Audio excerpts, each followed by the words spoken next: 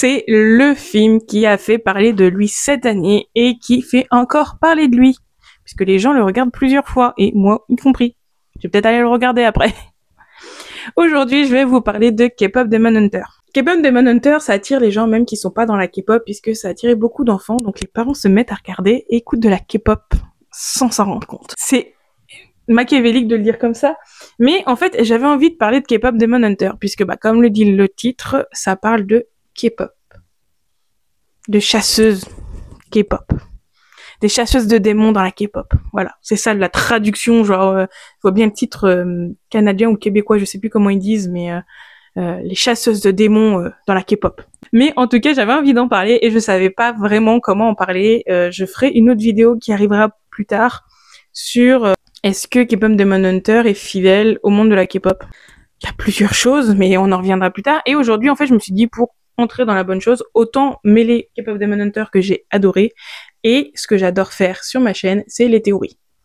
Donc, on revient pour 5 théories dans K-pop Demon Hunter. Donc, j'ai essayé de prendre des théories où il y avait vraiment des trucs à dire. Autant vous dire que j'ai du mal, je sais pas.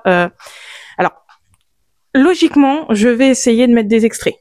Mais comme on parle d'un film sur Netflix, soit les extraits seront un peu mis en opacité, ou soit il y aura juste des photos. Je suis désolée parce que Netflix dit, quand j'ai fait mon avis sur My Demon, il m'a chopé tous les extraits que j'avais sortis, puisque c'est sur Netflix et Netflix ne rigole pas avec ça. Donc on verra bien. Soit vous aurez des extraits vidéo un peu opacité, je pense que je vais directement les mettre en opaque parce que en normal ils passeront pas, il y aura pas de son, et sinon ça sera des photos, je suis désolée. Mais donc du coup, comme je voulais pas faire mon avis, on va parler des théories dans K-pop Demon Hunter, et puis on va partir dès maintenant, puisque j'ai envie d'en parler en fait. La première théorie dont j'ai envie de vous parler, c'est celle qu'on entend le plus, et c'est celle selon laquelle l'âme de Jinu serait dans l'épée de Rumi.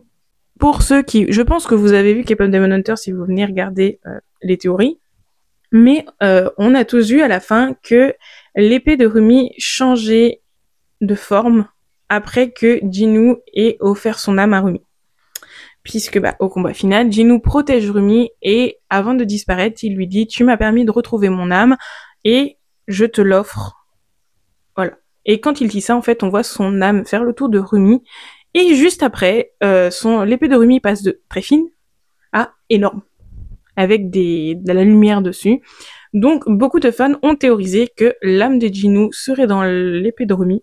Et autant vous dire qu'on est tous un peu délulus quand on se dit que ça serait un truc pour que Jinu revienne le prochain film. Parce qu'il y aura un prochain film, ils l'ont annoncé. Et donc, du coup, quand on fait des recherches, le film se base beaucoup sur le folklore coréen.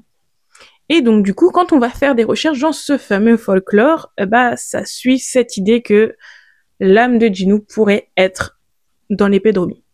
Puisque l'arme de Rumi est un Sahingyom, une épée à 4 signes, et devient une lame incurvée avec un signe bestial. Donc plus particulièrement un tigre, je crois. Et ce symbole fait référence au Aishi, une créature mythique qui agit comme le gardien de l'eau, protégeant les lieux sacrés des calamités, en particulier du feu. Donc, si on fait un lien, on a l'élément qui est les flammes. Les flammes, ça représente tout simplement Kuima, puisque Kuima, on le voit tout le long du film, c'est un feu, littéralement. Surtout à la fin, on voit qu'il est vraiment massif et c'est un feu. Et qu'est-ce qu'on voit une fois que l'épée de Rumi a changé de forme et est devenue cette grande épée qui fait référence au Aishi? On voit Rumi trancher ses flammes. Donc ça reflète carrément les croyances coréennes d'un gardien de l'eau, donc Jinu dans l'épée de Rumi, qui tranche et protège le monde de la calamité de Kuima. Surtout que on peut noter que je me suis fait la référence toute seule, puisque les théories j'ai été les chercher principalement sur Reddit ou sur d'autres sites, mais j'ai quelques petits trucs que moi aussi j'ai remarqué. C'est que sur l'épée de Rumi, une fois qu'elle a changé de forme, on voit un tigre qui peut faire référence au pouvoir, tout ça, mais le tigre, c'est aussi le signe des Saja Boys. Et du tigre le petit tigre bleu là tout mignon qui suit tout le temps Jinwoo. Donc on peut se dire que le nouveau signe qu'il y a sur l'épée de Rumi, c'est tout simplement la présence de Jinwoo qui est notifiée par ce tigre. La seconde théorie est aussi un peu connue puisque je parle du fait que Rumi, lors de la bataille finale avec les filles, crée un Onmun différent. Le Onmun, on le sait, c'est cette fameuse barrière qui protège le monde des démons. Sauf que, à la fin, on n'a pas le Onmun original doré que tout le monde a pour sceller les démons. Rumi, elle, décide de détruire ce Onmun pour en créer un nouveau. Bon, déjà, il y a toute la symbolique derrière qui explique... Enfin, le nouveau Onmun est totalement différent de l'ancien. Puisque l'ancien était doré déjà, et l'ancien, on le voit apparaître dans le film tout au long du moment où Céline, la tante de Rumi, lui explique qu'il faut qu'elle cache et qu'elle ait honte, en quelque sorte, de sa partie démon. Donc, ce Onmun est créé sur le fait de ne pas s'accepter soi-même, d'avoir honte de soi, enfin, plein de côtés négatifs. Mais ce nouveau Onmun que créent les filles apparaît une fois que Rumi a révélé à tout le monde sa vraie personnalité, sa vraie elle, le fait qu'elle est mi-humaine, mi-démon, et que elle s'accepte soi-même, elle n'a plus honte de qui elle est. Donc on aurait tendance à penser que en plus d'être arc-en-ciel, il est un peu arc-en-ciel, oui. Il est créé sur des sentiments positifs, le fait de l'acceptation de soi-même, ne plus avoir honte de qui on est, de nos différences. Et donc du coup, certains pensent que ce Onmun serait plus puissant. Puisque en plus, on voit tout au long que les filles ont du mal. Justement, c'est normal à céder ce Onmun, puisque ce Onmun est créé sur que des ressentis négatifs. Et on voit ça fait des années, elles le disent, ça fait un moment qu'elles essayent de céder le Onmun. Et là, en fait, on voit que ce nouveau Onmun qu'elles ont créé, l'Onmun arc-en-ciel, il se crée tout seul, il se crée en 3 minutes, puisque c'est le temps de la chanson. À la fin de la chanson, le Onmun est scellé. C'est un Onmun qui est, je pense, plus puissant, puisque c'est surtout les côtés positifs, d'être en accord avec soi-même. Alors, le troisième est intéressant, puisque je me suis fait la réflexion quand je l'ai regardé, et quand j'ai été voir sur les théories, les gens j'étais pas la seule à le penser. Mais la troisième théorie, ça serait que Zoé serait issue de parents divorcés. Alors, issue, non. Zoé aurait des parents divorcés, la phrase est mieux tournée. Il n'y a pas grand-chose pour étayer cette théorie, qui en plus est facilement démontable, mais je voulais la mettre parce qu'elle est quand même assez intéressante. Puisque dans Golden, on voit Zoé parler du fait que j'ai vécu 2 vies, j'ai essayé de jouer dans les 2 camps. Et par 2 vies, on pourrait peut-être entendre, parce qu'on voit à ce moment-là dans le clip, que Zoé est littéralement séparée entre... alors, je ne sais plus comment s'appelle le quartier, je crois que je l'ai noté. Non, je l'ai pas noté. Bon. Mais en gros, elle est séparée entre sa vie en Amérique et sa vie en Corée. On le voit bien puisqu'on a le côté californien et de l'autre côté, on a la vie coréenne. Et on peut se dire que peut-être ses parents se sont séparés et qu'il y en a un qui a décidé de rester aux États-Unis pendant que l'autre est retourné en Corée. Chose qui appuie encore cette théorie, c'est que quand Zoé est justement séparée entre ces 2 cas-là, on voit 2 mains différentes la tirer un peu des 2 côtés, voire comme si elle était ballottée, et on voit une main de femme en Corée et une main d'homme aux États-Unis. Donc c'est vraiment de l'interprétation de scène là, interprétation cinématographique, puisque en fait Zoé est tenue par ses 2 parents et séparée dans les 2 cas, et on voit en fait qu'elle est ballottée à droite à gauche. Donc ça peut déjà être une comparaison au fait d'être ballottée de droite à gauche lors d'une séparation. Un enfant séparé, donc avec des parents séparés, est toujours genre ballotté une semaine chez l'un, une semaine chez l'autre, tout ça. Donc on peut parler de ça, mais ça peut aussi faire référence au fait que lors des disputes des parents lors d'une séparation, quand il y en a, les enfants en fait sont au milieu, ne savent pas quoi faire et sont obligés de subir en quelque sorte ces disputes et cette séparation. Mais bon, vous allez me dire que cet extrait peut être aussi étudié en fait d'une manière tout à fait différente, puisque ça peut être tout simplement la séparation culturelle en fait. Et beaucoup lisent ça, puisque à un moment on voit un cahier de Zoé qui dit j'ai fui la maison de mes parents et je suis heureuse de ça. Je vous mettrai si je le retrouve. Donc on parle plus d'une séparation culturelle entre Zoé ne sait pas qui elle est plus entre sa elle coréenne et sa elle américaine. Mais je trouvais que c'était quand même assez intéressant d'étudier la scène en mode Zoé serait peut-être la fille de parents séparés en fait. Et en fait, il y a pas mal de choses. Et là, vraiment, c'est vraiment votre degré de lecture et votre degré d'interprétation de la scène, puisque le reste, en fait, on ne le voit pas, puisque c'est une jeune adulte, on la voit pas téléphoner à ses parents, tout ça. Donc c'est à vous d'interpréter. Dites-moi ce que vous pensez de cette théorie en commentaire. Je pense que l'un comme l'autre est assez plausible. Bon, il y a cette petite note dans son carnet qui nous fait penser que ses parents sont toujours ensemble, mais j'avais le premier sens de lecture que moi j'avais, c'était pas le côté culturel, parce que quand on nous dit genre je vis deux vies, j'ai vécu deux vies, donc une vie en Corée, une vie aux États-Unis, mais en fait moi c'est j'ai joué des deux côtés qui m'a plus fait penser que à un moment elle allait chez son père, elle allait chez sa mère, et ses parents sont séparés, c'est pour ça qu'on dit souvent genre jouer des deux côtés. Donc j'ai joué dans les deux camps. Quand on dit camp, souvent c'est les parents qui se mettent sur t'es du côté de ta mère ou du côté de ton père. Donc moi j'ai pensé à ça tout de suite. Mais ça, après, comme je vous l'ai dit, c'est votre degré d'interprétation. Après, quand on fouille, oui, c'est vrai que ça relève un peu plus du côté culturel. L'avant-dernière théorie, je l'aime beaucoup parce que là, c'est pareil, c'est dans les détails. Puisque la théorie, ça serait que les Saja Boys étaient humains au départ. Et qu'ils auraient offert leurs âmes à Kuima en contrepartie de quelque chose. Et ça se voit, mais un petit détail, mais on appuie dessus. Mais avant, K-pop Demon Hunter, je vais pas vous refaire le speech, mais dedans on a des démons. Et quand on regarde le moment où Kuima parle à tous les démons, on voit bien qu'ils ont des cornes, ou alors ils ont des yeux, des gros yeux, ils ont pas une apparence humaine. Les seuls à avoir une apparence humaine, ce sont Jinu et les Saja Boys. Alors, Jinu, il y a une explication au fait que il est resté quand même assez humain, il change juste de couleur de peau et de couleur des yeux, puisque Jinu, lui, était un humain de base et qu'il a fait un pacte avec Kuima, ce qui fait qu'il est devenu mi-humain, mi-démon. Il est dans le même cas que Krumi. Mais pourquoi alors, même sous forme, parce qu'on voit les garçons passer de leur forme humaine à leur forme, j'allais dire zombie, mais leur forme de démon, les garçons des Saja Boys gardent une apparence quand même assez humaine.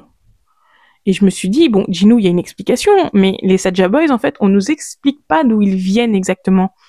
Mais ce que sous-entend ce fait, c'est que les Saja Boys auraient été humains et eux aussi auraient fait un pacte avec Kuima. Donc ça laisse sous-entendre que les Saja Boys ont une vie avant d'être des démons. Et c'est donc là que rentrent en scène plusieurs extraits du film. Puisque au moment où les filles vont voir ce fameux médecin charlatan pour essayer d'aider Rumi à retrouver sa voix, on insiste et quand on réfléchit pas, c'est bizarre, on insiste sur le fait que le médecin a un mur de personnalité où il accroche un cadre. Et là, on fait le zoom sur un cadre en particulier. Et là, je me suis dit, ce cadre aura une importance quelque part. Et à la fin du film, je me suis dit, merde, pourquoi ils nous ont fait voir ce cadre s'ils insistent pas dessus? Sauf que après, je me suis repenchée sur ce fameux cadre. Et en fait, on voit 4 personnes qui ressemblent quand même pas mal à nos Saja Boys. Quand on voit, il y a donc Abby qui, on le reconnaît assez facilement. Il y a Baby aussi qu'on reconnaît. Romance, sa coupe de cheveux. Et on sous-entend que Mystère serait celui-là tout à gauche, je crois.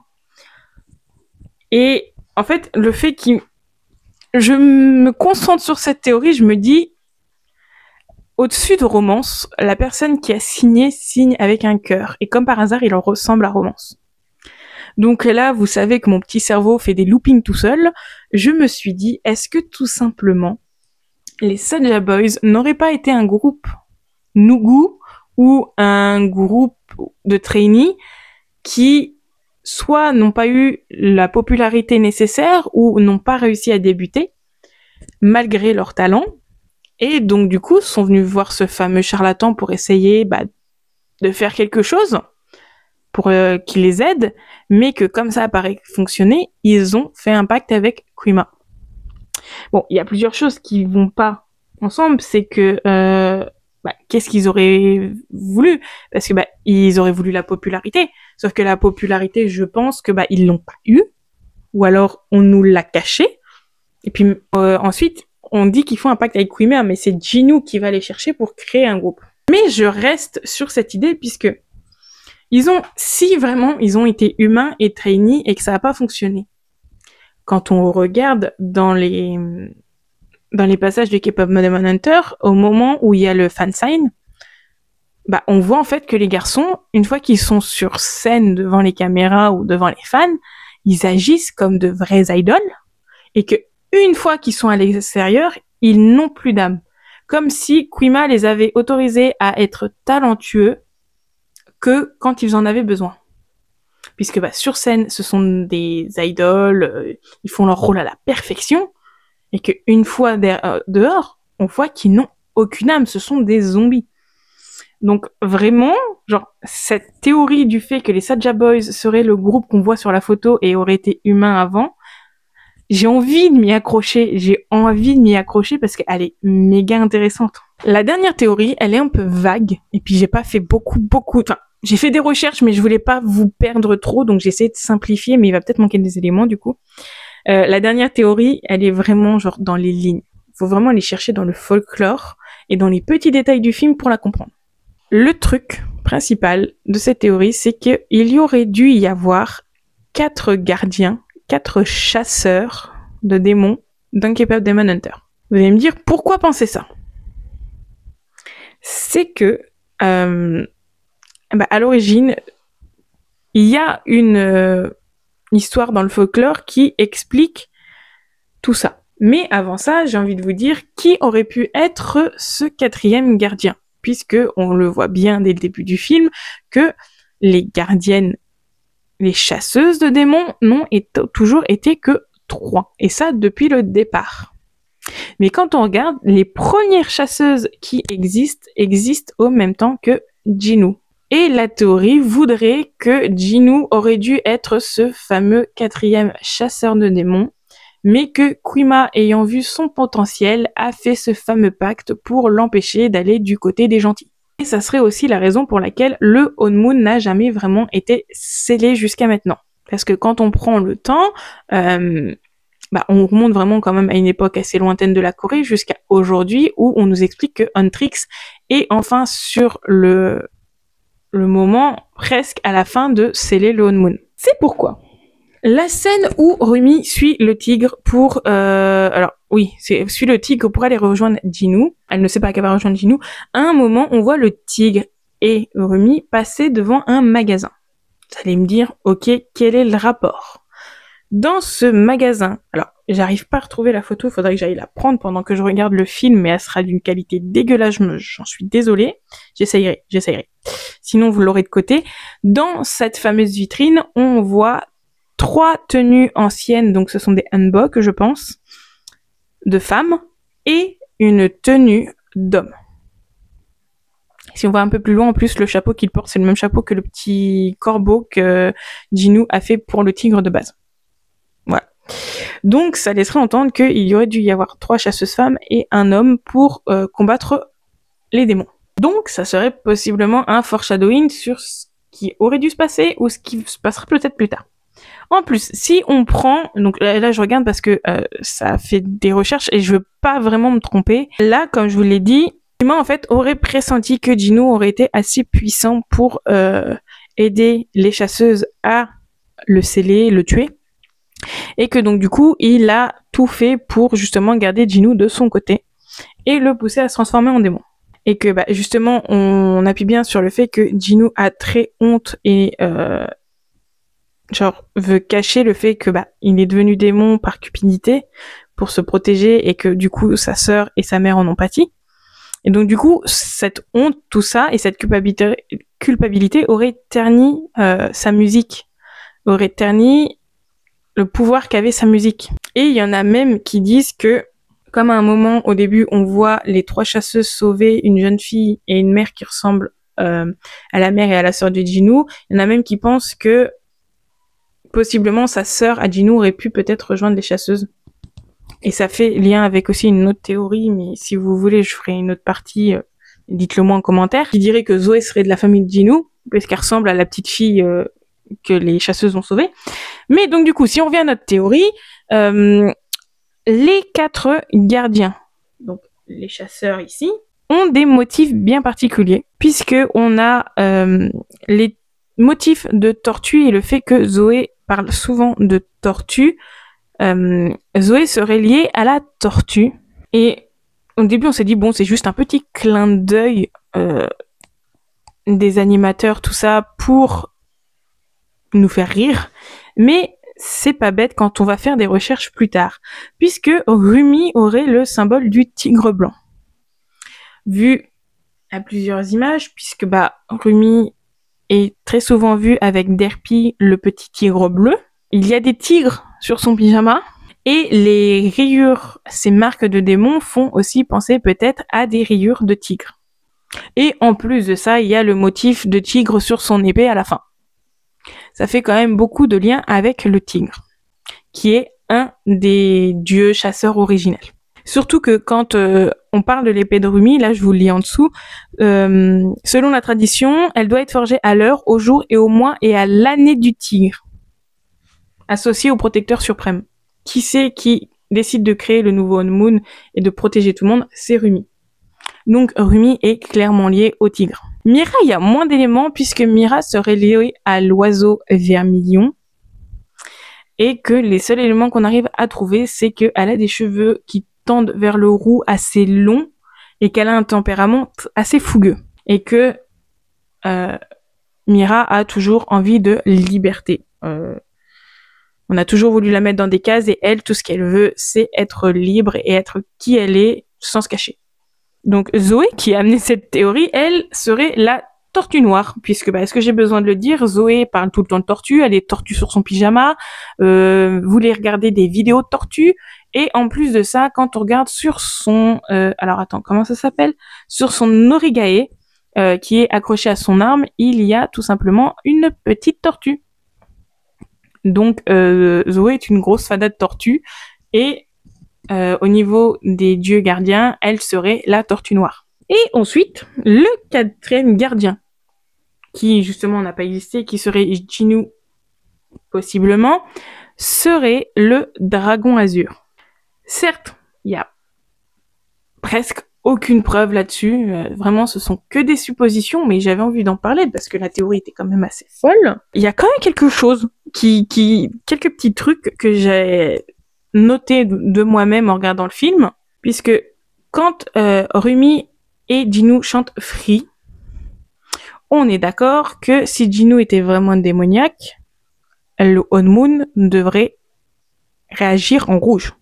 Sauf que dans Free, on voit Jinwoo marcher sur le Moon, et comme par hasard, le Moon prend la couleur qu'il prend à la fin. Ou alors il reste blanc, mais on le voit marcher dessus et il n'y a aucune réaction démoniaque à ça. Sachant que le Moon, le mettre soit doré ou de couleur arc-en-ciel, normalement il n'y a que le bien et les gardiennes qui arrivent à faire ça. Donc est-ce que vraiment Jinwoo était lié à devenir un gardien? Je pense que soit je fabule un peu trop, je vois un peu trop de trucs où il ne devrait pas y en avoir, mais sinon ça rentre dans la théorie. Et puis, j'ai envie de vous dire, lors de la bataille finale, on est d'accord que, logiquement, Kuima, lorsqu'il attaque Jinwoo, logiquement, il aurait dû, Jinwoo n'aurait pas pu arrêter l'attaque de Kuima. Kuima aurait récupéré encore une fois son âme à Jinwoo, mais il aurait pas pu l'arrêter. Sauf que là, Jinwoo l'arrête totalement, pour protéger Rumi. Et puis, un dernier truc, c'est qu'il faut aller chercher dans le folklore encore une fois. Si Jinwoo était si maléfique que ça, déjà il serait pas tenté de faire le bien lors du film. Et ensuite, pourquoi il serait suivi du tigre et de l'oiseau, qui sont des symboles, des présages de fortune dans la culture coréenne. Donc c'est quand même des signes de bien. Pourquoi Jinwoo est tout le temps accompagné de deux signes du bien? Alors, est-ce que l'avenir de Jinwoo sera peut-être plus lumineux? Est-ce que son passé était censé être plus lumineux? Moi, je veux votre avis sur cette théorie qui est un peu tirée par les cheveux, mais j'avais envie de la mettre parce que, genre, elle était trop cool. Genre, un petit peu tirée par les cheveux, mais il y a quand même quelques petits éléments. Quelques petits éléments. Et tout ça, ça part du fait que Zoé parlait tout le temps de tortue. Enfin, voilà ce qui conclut cette vidéo. J'ai adoré chercher les trucs sur K-pop Demon Hunter, surtout les théories. La prochaine vidéo, ça sera sur le fait de est-ce que tel ou tel truc dans K-pop Demon Hunter suit la K-pop aujourd'hui. Donc, du coup, dites-moi ce que vous avez pensé de cette théorie. Dites-moi si vous avez d'autres théories sur K-pop Demon Hunter. Et puis, moi, je vous souhaite une bonne journée, une bonne soirée en fonction de l'heure à laquelle vous regardez cette vidéo. Et surtout, prenez soin de vous.